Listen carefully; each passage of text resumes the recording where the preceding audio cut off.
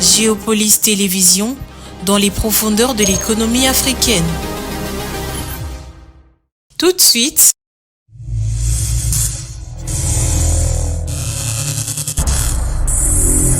le journal.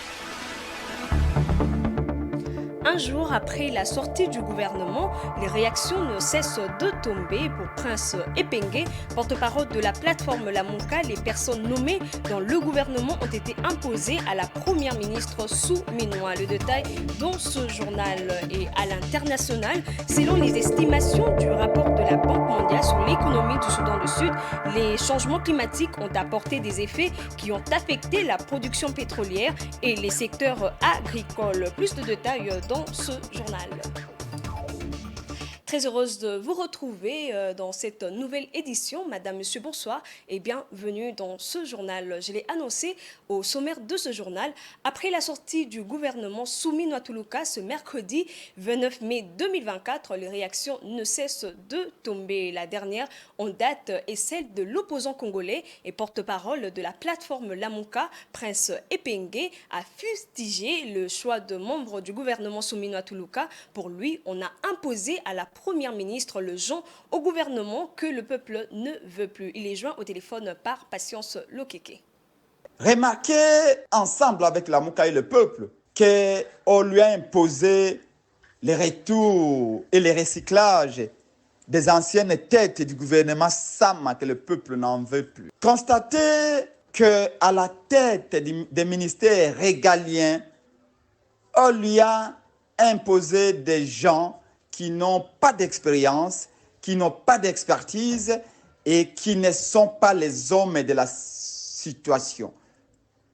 C'est un gouvernement qui contredit même les discours officiels de M. Félix Tshisekedi de lutter contre l'infiltration et l'agression rwandaise, de restaurer la justice dans notre pays. Compte tenu des défis que nous avons dans ce pays, d'ordre sécuritaire, le peuple aurait souhaité voir un homme d'expérience à la tête du ministère de la Défense. Un homme qui connaissait ce que c'est que la défense nationale et le fonctionnement de l'armée. Mais c'est Félix Tshisekedi qui a toujours déclaré que la justice est morte au Congo et que les juges sont corrompus, a mis à la tête du ministère de la Justice un homme qui n'a pas les poids nécessaires pour imprimer les réformes judiciaires au fin de donner aux juges la liberté et de dire les droits. Restons dans le même chapitre. Le président de la République, Félix Tshisekedi, a désigné son directeur de cabinet, Guilain Nyembo, comme vice-premier ministre, ministre du Plan, dans le gouvernement de Judith Souminoa. Le président du regroupement politique AABG occupait ce poste depuis 2021 comme directeur de cabinet en remplacement de Vital Kamerhe pour deux raisons bien évidentes liées au dossier Son Jour. Guilain Nyembo devra poursuivre le projet du développement de 145 territoires. De amples détails avec Dieudonné Bonali. Le président de la République, Félix-Antoine Tshisekedi Tshilombo, a désigné son directeur de cabinet Guilain Nyembo comme vice-premier ministre, ministre du Plan dans le gouvernement de Judith Souminoa. Avant cette élévation, le président du regroupement politique AABG était nommé en janvier 2021 directeur de cabinet en remplacement de Vital Kamerhe, diplômé en économie de l'université Mons en Belgique. Guilain Nyembo fait de la gestion des projets stratégiques son champ de bataille. Le successeur de Judith Souminoa Tuluka, actuellement première ministre, Guilain Nyembo devra poursuivre les projets de développement des 145 territoires, PDL 145T ainsi. Avec la nomination de Guilain Nyembo au gouvernement, le président de la République nommera un nouveau directeur de cabinet qui sera ici soit dans son cabinet ou en dehors de celui-ci. Mais qui? C'est la question qui se pose avec acuité dans les microcosmes politiques congolais. La Cour de justice d'Afrique de l'Est annule la session prévue pour le mois de juin. Cette instance fait savoir qu'elle n'est pas en mesure de réunir les parties prenantes de la division de premières instances qui s'est réunie tous les trimestres faute de budget suffisant. Patrick Ilunga pour plus de détails. La première conséquence de cette annulation, c'est le retard dans le traitement des dossiers. Le risque est de voir des dossiers s'accumuler davantage alors qu'il y a plus de 200 en attente, parmi lesquels la plainte de la République démocratique du Congo contre le Rwanda. La Cour se réunit tous les trimestres en mars, juin, septembre et novembre pour la première chambre et en février, mai, août et novembre pour la deuxième chambre ou la chambre d'appel. La raison de cette annulation est le retard dans les versements des cotisations des États membres. Déjà, la Cour n'a pas été en mesure de tenir la session de mai 2024 de la division d'appel. Cette difficulté financière entrave considérablement la fonction première de la Cour, qui est d'entendre et de juger rapidement les affaires dont elle est saisie. La Cour de justice de la Communauté d'Afrique de l'Est lance un appel urgent à tous les États membres pour qu'ils reconnaissent la gravité de la situation actuelle et qu'ils veillent à ce que les fonds soient versés en temps voulu pour faciliter le bon fonctionnement de la Cour et garantir l'efficacité de l'administration de la justice. Elles sont les piliers de la grande capitale qu'est Kinshasa, grand centre de consommation, le vendeuse des légumes et aucune famille ne se passe de leurs services et de leurs produits. Elles entretiennent une activité génératrice de recettes et la rédaction de Géopolis TV s'est intéressée aux vendeuses des légumes dans le grand marché de Kinshasa, appelé communément Zando, dont une femme d'une quarantaine d'années qui se confie sur son activité. Elle est au micro de Francine Moukeba et Aîné Kabamba. Nasai 3 ans msala ngandunda nasala msala ngandunda natambula kenda kansele kenda kasekoma nasombi na sente kaza transport na ezangu ezanga tabu msala msala passe msozui mso bomimbo balisi mso sembelo na montawa na mso ko bimisite nisika mbongo nayo futa tike de futa batati futa hygiène. On va faire un peu de bande buzoba. Moi c'est oteka, moi c'est bossa commerce, oteka eza bien.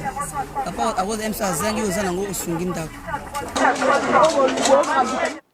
Parlons à présent santé. Le 30 mai de chaque année, le monde entier célèbre la journée de la sclérose en plaques, une maladie très peu connue. Il s'agit d'une journée de sensibilisation, de solidarité et d'action collective en faveur de personnes touchées par la maladie. La thématique du diagnostic est au centre de la journée mondiale pour la période 2024-2025.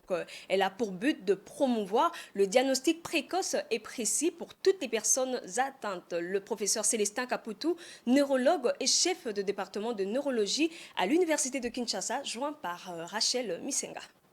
La sclérose en plaques, c'est une maladie du système nerveux central, c'est-à-dire qui a pour siège le cerveau. Voilà, pour être plus simple. Alors, le cerveau en tant qu'un tissu est constitué des cellules. Les cellules qui sont des unités, disons, des bases de chaque tissu. Alors, ce qui constitue le cerveau, c'est les tissus nerveux.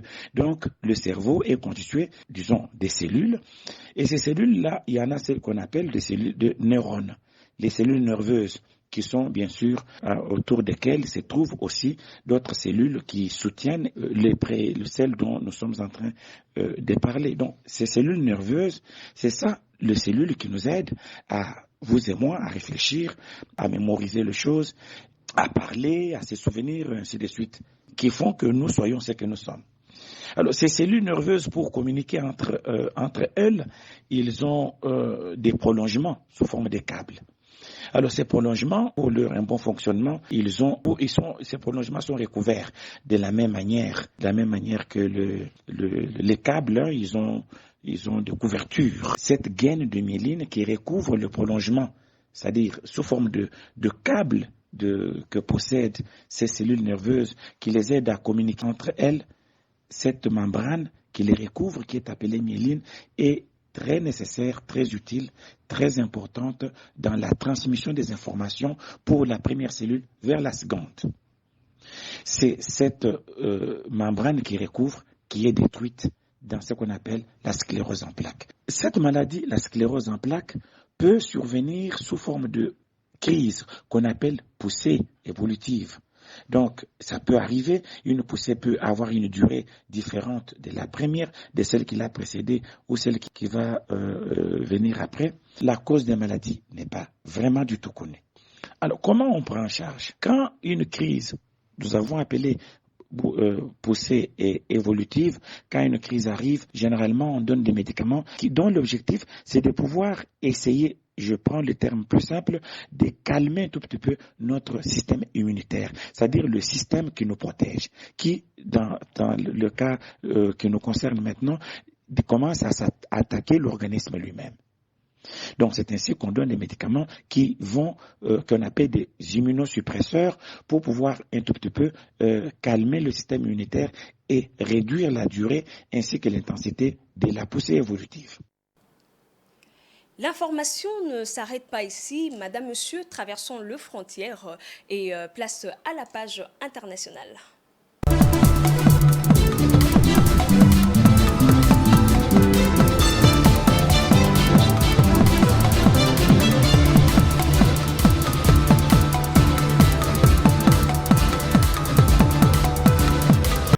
Je l'ai annoncé au sommaire de ce journal, soutenu par l'amélioration de conditions macroéconomiques et une paix relative qui ont entraîné un rebond de l'expansion de services et du commerce. L'économie du Soudan du Sud devrait croître de 2% à moyen terme au cours de l'année 2024, selon les estimations du rapport de la Banque mondiale sur l'économie du Soudan du Sud. Le rapport constate que les effets du changement climatique ont considérablement affecté la production pétrolière et les performances du secteur agricole. Cependant, pour James Alik Garang, gouverneur de la Banque centrale du Soudan du Sud, les pays a engagé de réformes structurelles pour diversifier son économie. C'est un reportage de nos confrères de Africa 24. Au Soudan du Sud, la croissance devrait rebondir progressivement et atteindre plus de 2% à moyen terme au cours de l'année 2024. C'est ce qui ressort du dernier rapport de la Banque mondiale sur l'économie du Soudan du Sud, SSEM. En effet, malgré le ralentissement de la croissance mondiale et les effets persistants du changement climatique sur la production pétrolière nationale, l'activité économique au Soudan du Sud a été soutenue par un secteur privé plus fort, un retour à une paix relative et une augmentation des dépenses publiques. Depuis le début de la crise économique, le gouvernement a tenté de diversifier les sources de revenus pétroliers. L'une d'entre elles consiste à stimuler la collecte de recettes non pétrolières, à améliorer la capacité de l'administration fiscale et à stimuler les politiques technologiques.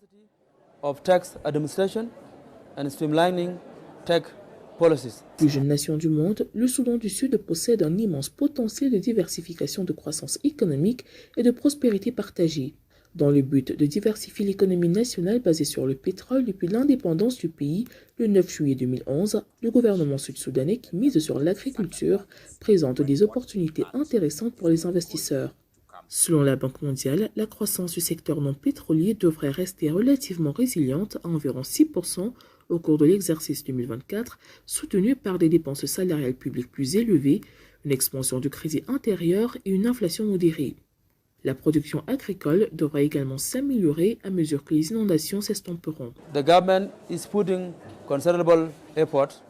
Le gouvernement déploie des efforts considérables pour investir dans le secteur agricole du Sud-Soudan. Cela nous met dans une position où les petits agriculteurs peuvent apprendre à accéder au financement et à investir dans des machines et des semences améliorées.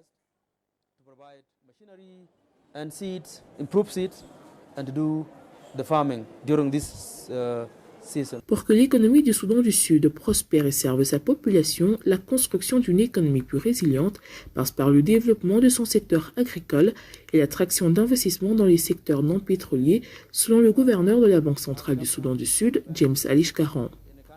Cela nécessitera de continuer à se concentrer sur la création d'un environnement commercial stable et d'investir pour combler le déficit de financement en matière de climat et de croissance verte, estimé à 9,94 milliards de dollars par an sur la période 2020-2030.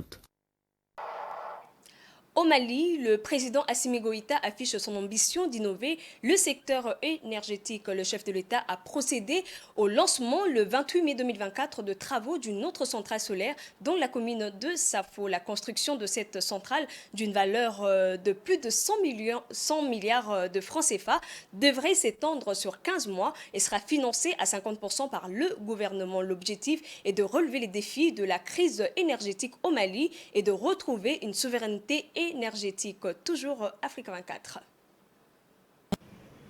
Au Mali, le gouvernement poursuit ses actions pour améliorer la situation énergétique du pays. Après le lancement de la centrale solaire photovoltaïque de Sanankoroba, la plus grande d'Afrique de l'Ouest, le président de la transition Assimi Goïta a ouvert le 28 mai 2024 les travaux de la centrale solaire de Safo. Fruit d'un partenariat avec la République populaire de Chine, la centrale solaire d'une puissance de 100 MW, bâtie sur une superficie de 228 hectares, sera livrée dans 15 mois pour un coût global de plus de 100 milliards de francs CFA.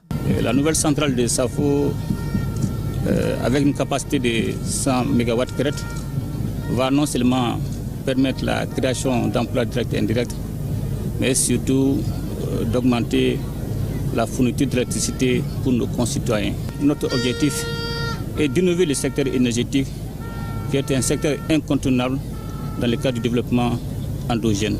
La centrale solaire de Safo, tout comme celle de Sanankoroba, constitue un véritable projet d'envergure pour le pays. Cette initiative s'inscrit dans la vision du président Goïta de transformer le système énergétique national en privilégiant les énergies renouvelables. L'objectif est de relever le défi de la crise énergétique au Mali et de retrouver une souveraineté énergétique. Selon la ministre de l'Énergie et de l'Eau, Bintou Kamara, 50% du financement de ce projet est déduit du budget national. La construction de cette centrale s'insère dans la mise en œuvre d'un vaste projet de développement énergétique. Pour matérialiser ce projet et renforcer notre production énergétique, mon département, sous votre impulsion, a lancé cet important projet qui consiste en la réalisation des infrastructures et installations suivantes. Au Mali, selon une étude, 83% de la population n'a pas accès à l'électricité, ceci malgré le potentiel énergétique du pays. Il est important de souligner que 70% de la production d'électricité au Mali provient de sources thermiques, ce qui engendre des coûts considérables et exerce une forte pression sur l'équilibre financier de la Société Énergie du Mali et de MSA. Une autre façon de vous informer, c'est avec différents journaux parus dans la ville de Kinshasa. C'est jeudi 30 mai 2024. Place à la revue de presse.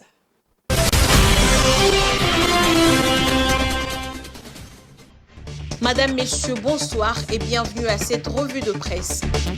Au sommaire des journaux parus dans la ville de Kinshasa ce 30 mai 2024 avec Info 27 qui a titré en sa une « Après sa publication, le gouvernement souminois en quête d'investiture par l'Assemblée nationale ». Sans plus attendre, le gouvernement Judith Souminois dévoilé le mercredi 29 mai est appelé à passer à l'action.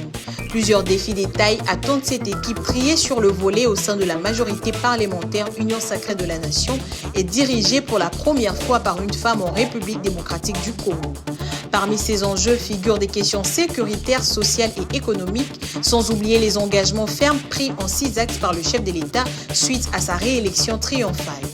Dans un contexte social et surtout sécuritaire pressant, l'Assemblée nationale s'active.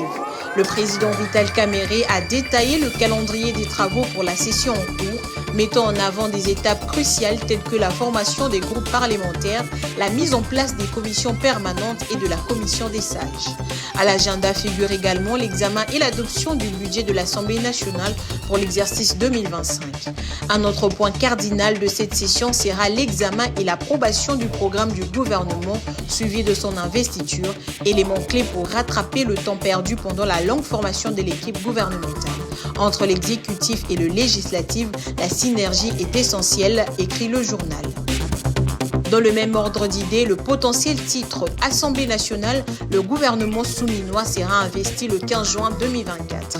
Après la publication du gouvernement souminois, la Chambre basse du Parlement s'est dit prête à investir la nouvelle équipe le 15 juin 2024 avant la clôture de la session ordinaire, annonce le président de cette institution, Vital Kamerhe.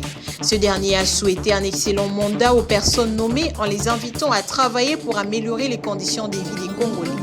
Le président du bureau définitif de l'Assemblée nationale, Vital Kamerhe, a présidé mercredi 29 mai 2024 sa toute première séance plénière. Toutefois, cela n'a duré que 40 minutes. C'était une occasion de rappeler aux députés nationaux la nécessité d'aborder toutes les matières avant la clôture de cette session ordinaire. D'entrée de jeu, le président de cette chambre basse du Parlement, Vital Kamerhe, s'est montré disposé à investir le gouvernement souminois avant la clôture de la session de mars, le 15 juin 2024. Dans un autre registre, la tempête des tropiques a titré en sa manchette « Kananga et Mbuji-Mayi à court des denrées ». Une source digne de foi signale que les dépôts de stockage de maïs dans la ville de Kananga, chef-lieu de la province du Kasaï central, sont presque vides et la population locale redoute une hausse des prix de cette importante denrée qui est l'aliment de base.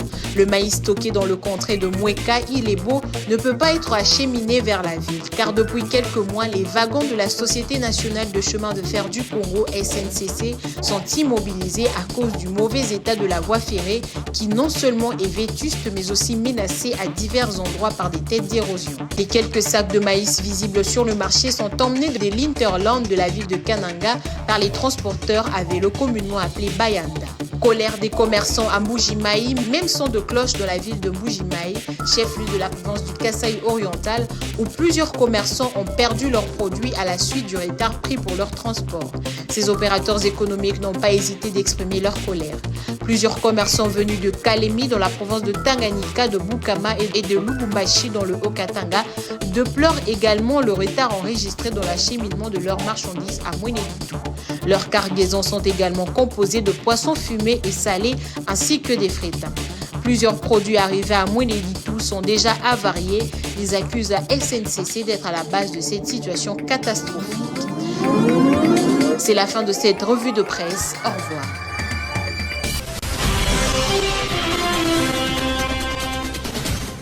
C'est la fin de ce journal, mais avant de vous quitter, voici le rappel de principaux titres.